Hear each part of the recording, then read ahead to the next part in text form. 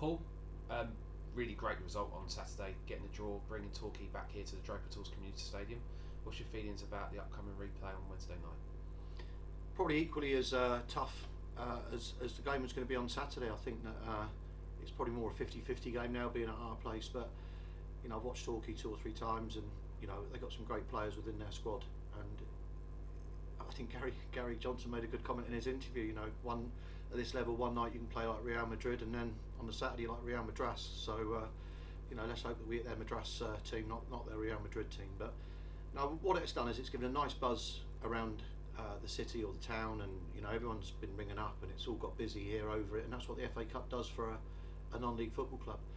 I think Gary and I would be honest enough to admit that the league is obviously our priority this year, is to make sure both of us would get in the playoffs. But it is it's a one-off game on a Wednesday night under the lights here with a big crowd expected, and it should be a good game. And speaking of that big crowd, we are actually the only game on the Wednesday night in the local area. I personally have been taking hundreds of phone calls about how to get tickets and things like that.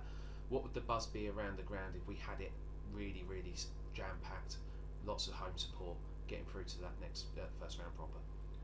Yeah, well, in our first season here, we were getting 1,500 on a Wednesday night because it was the only game in the local area, and the buzz under the lights here, it does create a slightly different atmosphere.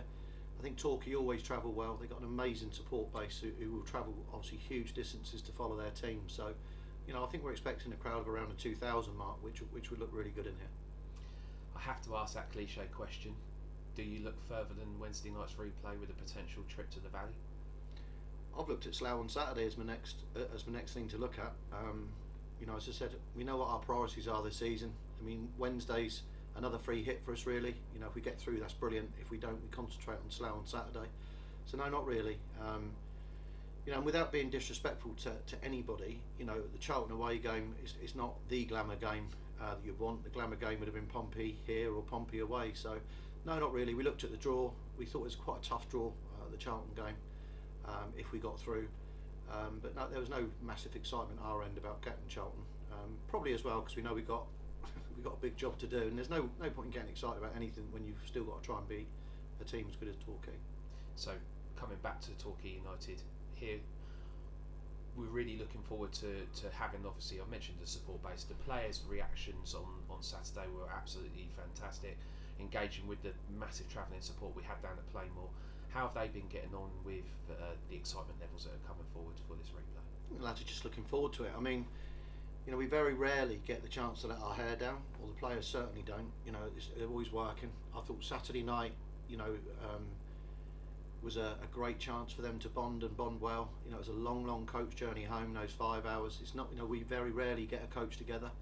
So yeah, it was a chance for them to actually relax, have a couple of drinks together, enjoy each other's company, which they certainly did, as you could see from the. But also, it was a great chance for us to get bonding with our supporters. We've missed them for 18 months. It was nice to be able to thank them for their support on the Saturday. That video that we did on the coach was a little bit for them. It's their anthem.